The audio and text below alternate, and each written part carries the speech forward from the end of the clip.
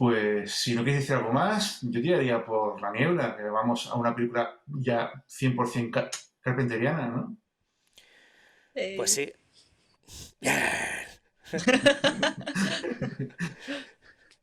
Bueno, pues vamos con La Niebla. La Niebla surge durante el proceso de promoción de la película de Halloween. Carpenter y Deborah Hill están en Londres y deciden hacer una escapada al mítico monumento megalítico de Stonehenge. Y entonces da la casualidad de que durante la visita se ven rodeados por una niebla, ¿no? Bastante espesa, y eso le da a Carpenter, o eso es lo que explica el Carpenter, que ya que como todos sabemos la historia del cine está llena de mentiras. Eh, o de cosas inventadas a posteriori, ¿no? Pero bueno, digamos que es cierto. Eso le da a Carpenter la idea para hacer La Niebla, esta película, ¿no? La idea de que de la niebla pueda surgir una presencia maléfica que aterrorice a los habitantes de un lugar. Y luego, y luego, la razón por la cual escogen el lugar donde rodarán la película es porque es donde Carpenter se va a vivir con su nueva esposa, Adrienne Barbeau, que ya había aparecido en alguna de las películas que había hecho Carpenter, En la de... ¿vale? En la En de la de Someone's, alguien me vigila. exacto, ya había Vale. aparecido en esta película y se había casado con ella y habían ido a vivir a un lugar de cerca de donde Hitchcock rodó Los pájaros, ¿vale? En San Antonio Bay, si no recuerdo mal, y eso muy malo para los nombres, y la localidad se llama Inverness, que curiosamente recuerda a la ciudad de Escocia, ¿no? La ciudad escocesa, que seguramente por niebla tampoco faltará, ¿no? Y decidieron rodar allí porque se ve que allí la niebla es bastante frecuente y por eso pues ya les iba bien. Y luego pues también, como se ve en el cartel, perdón, lo voy a poner, en el cartel de la película, uno de los aspectos icónicos de la película es el faro en el cual está la emisora de radio desde la cual Adrienne Barbeau, que es un poco la protagonista de la película, eh, hace su programa diario de radio, ¿no? Entonces, eh, ese faro, pues es un faro bastante, como se ve en la película, bastante emblemático y que tiene y cinematográficamente muy, muy chulo, ¿no? Muy, muy, muy, muy elocuente, ¿no? La película empieza con esta cita de eh, es todo lo que se puede ver, es todo lo que se ve o se ha visto, ¿no? No es sino un sueño dentro de un sueño, o sea, como diciendo, lo que vais a ver, pues puede ser un sueño realmente. Y esto entronca con otra película que veremos, que ya comentaremos en su momento, que es la de En la boca del miedo, ¿no? Que también va de esto, ¿no? De los sueños, ¿no? Del poder de los sueños. Y uno de los aciertos, de los grandes aciertos, bajo mi juicio de esta película, es el prólogo, que es cuando un viejo pescador del lugar, un lobo de mar, explica a los niños que están reunidos alrededor de la fogata, ¿no? Una historia de fantasmas, ¿no? Pero que resulta que es una historia real. Y es la historia de un barco que naufraga en la costa del pueblecito, ¿vale? Eh, porque los habitantes del lugar han decidido hacerlo embarrancar, ¿no? Para apoderarse del botín, ¿no? Que contiene el barco, ¿no? Y, y toda esta historia pues la explican de noche con alrededor de la fogata y luego al final vemos un movimiento de grúa hacia arriba partiendo de la cabeza del marinero hasta llegar a la bahía donde vemos la playa de noche y el título de La Niebla, ¿no?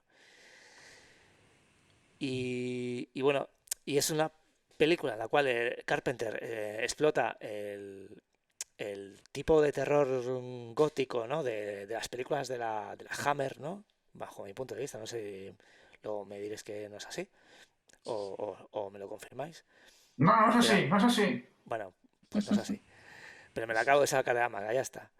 Bueno, y que es uno de los grandes atractivos de la película, bajo mi juicio. Que es una película que, bajo otros puntos de vista, seguramente es floja. Porque sí, porque tampoco da mucho miedo ni mucho de esto. Pero bueno, es igual. Lo importante es el clasicismo que destila, bajo mi punto de vista, lo voy a decir. Y entonces, volviendo a la historia, la historia es, han pasado 100 años desde ese acontecimiento en el cual ha habido un barco que se ha estrellado contra las rocas, sus tripulantes han sido pasados a cuchillo y se ha robado un oro, un tesoro que contenía, y ese oro ha servido para fundar el pueblo, en el cual viven los habitantes sin saber lo que se les viene encima en esa noche de niebla, ¿no? Y aquí vemos a una de las parejas, la pareja de actores principales, que son Tom Atkins y Jamie Lee Curtis, que tienen una conversación bastante curiosa en el coche, porque ella hace autostop, él la recoge y luego se van a la cama. Y dices, bueno, lo que hablamos de la verosimilitud, ¿no? Pero bueno, eso no importa. Y que juegan un poco uy, ¿eres un asesino? ¿Me vas a matar? ¿Me vas a violar? No, ¿verdad? Pues no es un poco como algo así, ¿no? Es bastante gracioso.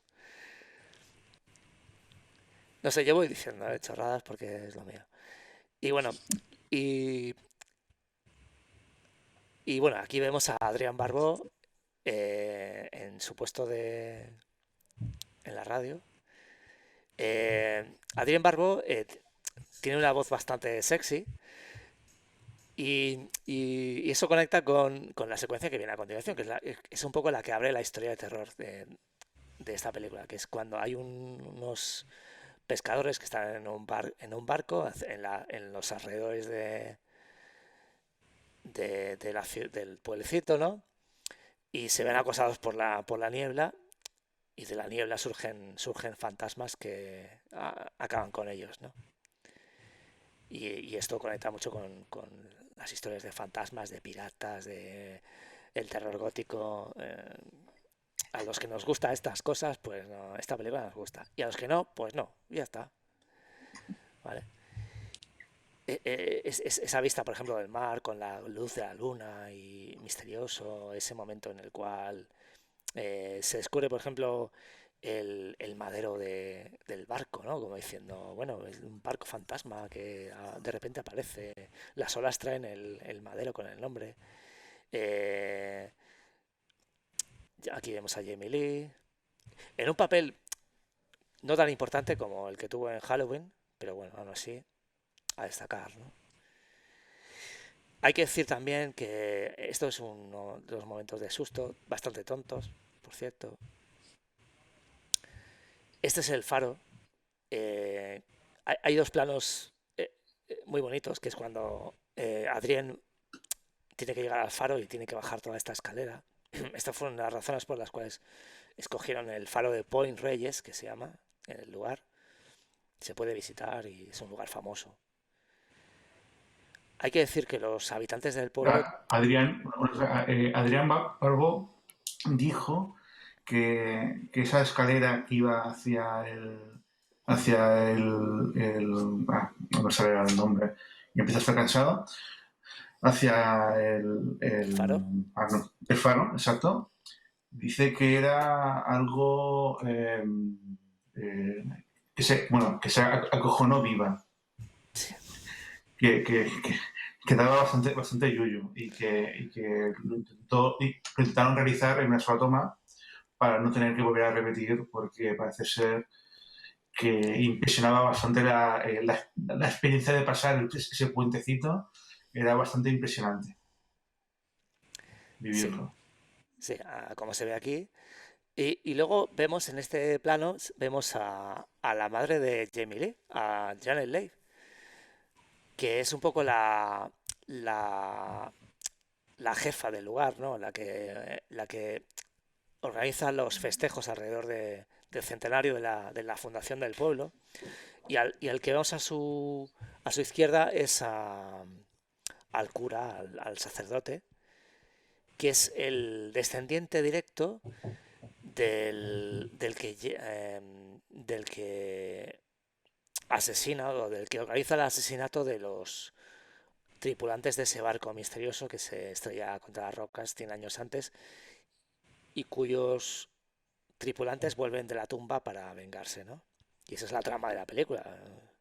Un cuento de fantasmas vengadores, ¿no? Que utilizan la niebla para ocultarse y para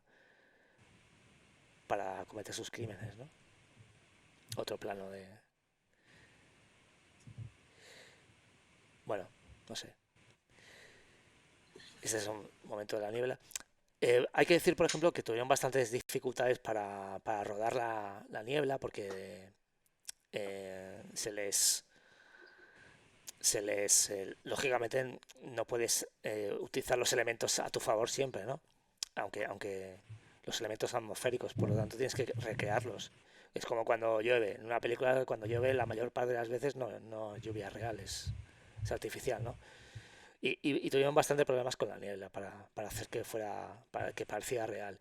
Este es uno de los momentos más importantes de la película, que es cuando los, los fantasmas asaltan la casa de Adrien, donde está su hijo, ¿no?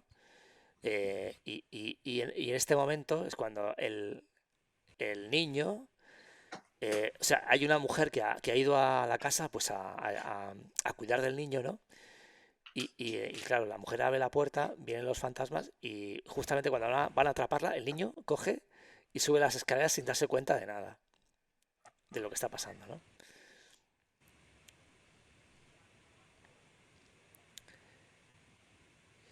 Y bueno, aquí es cuando van a rescatarlo, es uno de los momentos también en que van a rescatarlo con el coche y tienen ese momento en el cual no pueden, el coche queda atrapado en el fango, ¿no? Y no puede salir y tal, ¿no? No sé, ir diciendo cosas, ¿eh? Porque yo voy pasando. No, pues no sé. Martina, ¿qué quieres? Dime. Comenta algo. ¿Qué te Bueno, parece? di- dime. Ah, bueno. No, no, que a ver, normalmente, bueno, siempre el fantasma es esto del asunto que no se ha resuelto como sí que normalmente, o por lo menos la producción actual ha tirado mucho para el fantasma de forma individual y en este caso es un fantasma, son vivos. Es una responsabilidad histórica la que tienen estos personajes con los fantasmas, porque en realidad, o sea, te dice que de alguna forma pueden haber pasado 100 años, pero sigue habiendo, el problema sigue estando presente, aunque sea en forma de fantasma. Y bueno, y también la crítica al patriotismo, ¿no? Es justo la noche en la que estamos celebrando lo contentos que estamos de estar todos juntos acá y lo orgullosos que estamos de nuestro pueblo, cae la verdad y sale por algún lado. Es que por mucho que se haya intentado ocultar, siempre el resentimiento sale de alguna manera a flote. A mí esta peli me gusta mucho.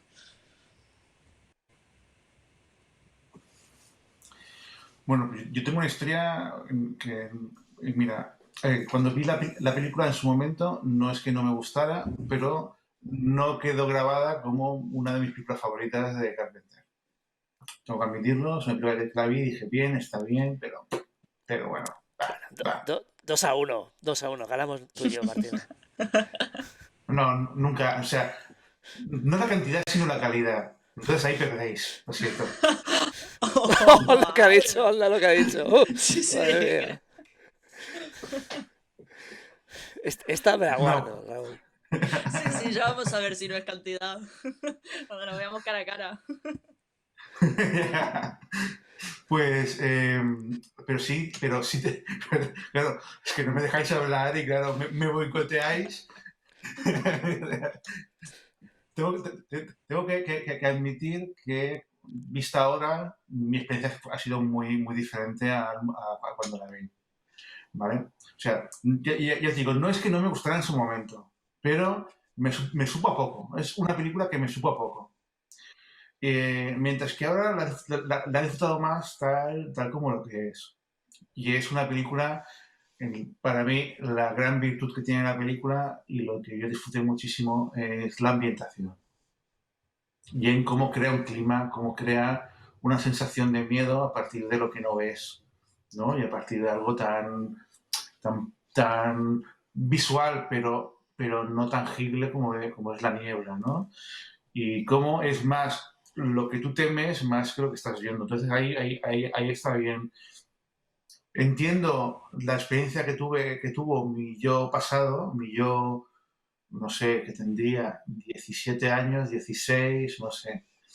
Yo a ese Raúl lo entiendo, aparte de que tengo mucho cariño, lo entiendo porque es una película en que mm, se le ven detalles, podríamos decir, cuando aparecen los piratas que parecen un poco de zombies, un poco, pero el conflicto físico, la amenaza física real, no tiene la fuerza, no tiene la fuerza y el clímax no es un clímax, es un clímax poético y bonito y chulo, pero no es un clímax que tenga una super fuerza, ¿sabes?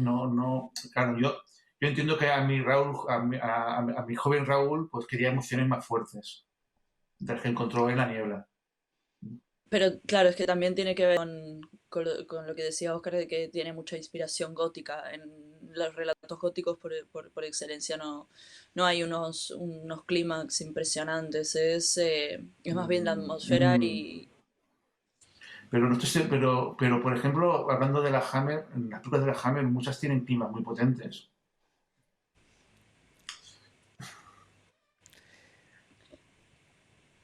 A ver, mm, estoy pensando alguna que me acuerde que diga, joder, esta resolución. O sea, a lo mejor muy dramático, pero es como siempre, vos en el relato gótico partís de que el personaje principal tiene las de perder, ¿sabes? Entonces, ¿hasta qué punto el clímax puede tener fuerza si vos ya sabés que los fantasmas van a ganar porque son fantasmas y porque la fuerza de lo sobrenatural es muy fuerte sobre los personajes principales? a mí me vuelve a gustar que sean como en Halloween o en Asalto a la comisaría del Distrito 13, los personajes sean personajes normales, o sea, son personas normales, no son superhéroes y tal. Y eso un poco creo que hay que reivindicarlo, ¿no? De Carpenter, ¿no? Que es una tónica en él, ¿no? Lo de que sus héroes pues no sean especialmente fuertes ni inteligentes, ¿no? Sino que son personas que se enfrentan un poco a algo que les sobrepasa, ¿no? Y, y, y yo puedo decir, la película tiene esos momentos, ¿no? Esos momentos en los cuales te vuela un poco a la imaginación, ¿no? Cuando el abuelo está alrededor de la fogata contando la historia de fantasmas a los niños, pues tú te vuelves a la infancia, ¿no? Eh, a, a cuando te explicaran este tipo de historias, ¿no? Alrededor de una fogata también, aunque sea un tópico decirlo, ¿no? Y yo siempre me acuerdo cuando a mí yo era pequeño me explicaban la historia de la mujer de la curva, ¿no? De la, la famosa mujer de la curva. No sé si a vosotros os ha pasado, ¿no? Pero Eh, pues te cagas en los pantalones, ¿no? Porque pues algo así, ¿no? Y, s- y sí que a ver, sí, como resultado no es un gran resultado como película. No tiene un gran resultado fílmico. Pero solamente la pretensión de hacer una historia de terror en el año 80, en el año 80, ya en el año 80, con elementos tan primarios como es la niebla y unos fantasmas salidos de un buque fantasma, ya es un mérito en sí, creo. Hay que sacarse el sombrero y decirle, bueno, mira, solamente alguien como Carpenter puede hacer algo así tan arriesgado y no sé, y, y salir bastante indemne, ¿no? De la apuesta, ¿no? A mí me gusta mucho este tipo de pelis de Carpenter, como Están vivos o La niebla, que es, o sea, el discurso es muy evidente, ¿no? O sea, es entrañable, porque Carpenter lo pone como... o sea, es un discurso revestido de personajes que son atractivos, como pueden ser los fantasmas o arquetípicos, ¿no? Y me gusta en este caso el discurso, esta frase de Edgar Allan Poe, eso sí lo pensás porque más que hacer referencia a la historia de fantasmas en sí, el hecho de que todo pueda ser un sueño es más bien, hace más referencia a la historia del pueblo, o sea, la versión oficial de los hechos. La leyenda, que al principio se te muestra como, como algo totalmente fantástico, resulta ser lo que tiene más parte de verdad, la leyenda que se pasa, ¿no? de unos a otros. Resulta que es la que encierra más real de lo que vemos en la peli. Y toda esta historia de que San Antonio Bay es un lugar idílico y qué sé yo, resulta lo que es un sueño que uno está viviendo. Y ahí está en que vienen, siempre va a haber elementos tangibles que pueden, o sea, que pueden ser más simbólicos que como son los fantasmas, pero que van a volver en algún momento, toda ese sueño, esa mentira se va a resentir y va a mostrar lo que hay debajo de eso, que no se puede escapar. Y que por más que no sea nuestra culpa, nosotros y lo llevamos con nosotros allá donde vayamos. Sí, sí, que no puedes escapar de tu destino, de alguna forma del pecado original que supone la fundación del pueblo gracias a un crimen, ¿no? Porque Ujú.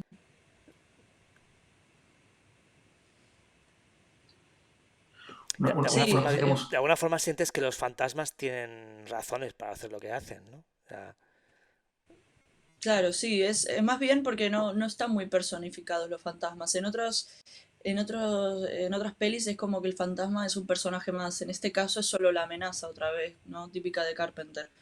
Pero es, es como que no pueden reaccionar de otra forma de cómo lo hacen. Y no es justo ni para los fantasmas, ni es justo para las personas, ni para los personajes que son los que acaban muertos. Pero el hecho de negar la realidad, el hecho de ser complaciente con los hechos, hace que no tenga otra salida a ese conflicto, otra resolución.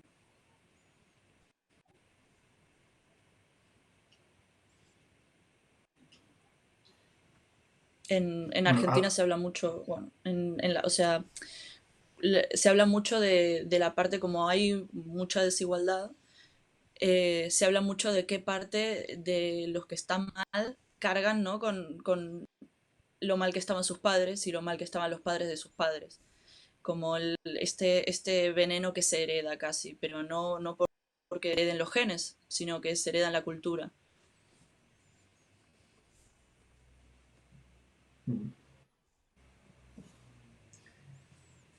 una cosa que se había comentado, creo que lo había comentado Oscar en la introducción, antes de hablar de las películas, respecto a los personajes femeninos, era justamente, remarcó que justamente en La Niebla es una película en la que los personajes femeninos tienen un peso bastante protagonista, ¿no?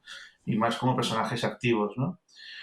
Esto simplemente lo recuerdo porque es algo que se comentó en otro momento, no hablando de la película, es algo que quería recuperar.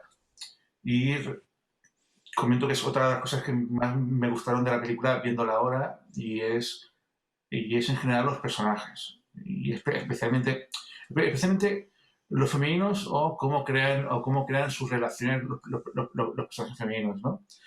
Eh, el personaje de Adrienne Bardot está muy bien, es un personaje muy interesante y creo que aprovecha muy bien las condiciones de ella como actriz. Creo que es un personaje bastante interesante, que tiene fuerza y que además tiene ese rollo tan Howard Hawks de no abandonar su puesto de trabajo a pesar de que su hijo está en peligro, y ella se queda ahí ayudando como puede.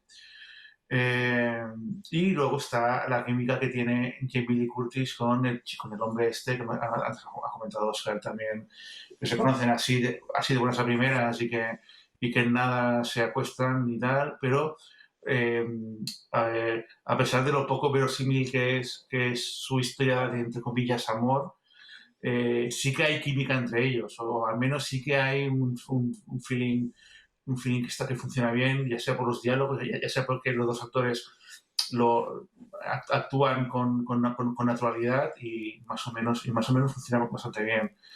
Eh, básicamente comentar eso, que los personajes en general están bastante bien construidos. Incluso el cura, que es un personaje más típico de peli de terror, el cura sí que es un personaje muy Hammer, que puede estar perfectamente en una película de la Hammer, incluso es un personaje que funciona muy bien también, como ese heredero de la maldición, ¿no? Que es el único que es consciente de lo que está pasando. Y nada más, era eso lo que quería decir.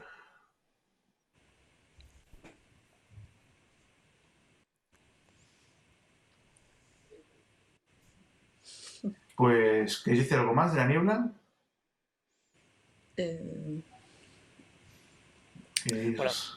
bueno, decir que esta película también fue bastante barata de producir, $1 millón costó, y que es un poquito más de lo que hemos hablado hasta ahora con Halloween y Asalto a la comisaría del Distrito 13, pero que sigue siendo una película de serie B en la cual, pues, teniendo en cuenta el dinero que se tenía, pues se consiguió un resultado bastante digno.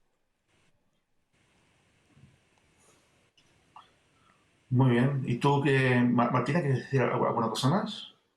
no, no, creo que ya está. Es solo eso. A mí, bueno, me molesta un poco cuando hay directores que intentan hacer la típica película blanca en el sentido de que esconden el discurso al final, porque él se tiene que tener discurso. O sea, por fuerza tiene discurso desde el momento en el que pones la cámara en un lugar y no en otro. Entonces, este discurso genuino de Carpenter a mí me gusta mucho. O sea, cuando se nota mucho su discurso en las películas, como en Rescate a Nueva York, o como en Asalto a la Comisaría, y sobre todo con Ellos Viven, yo ya por eso le tengo un respeto a la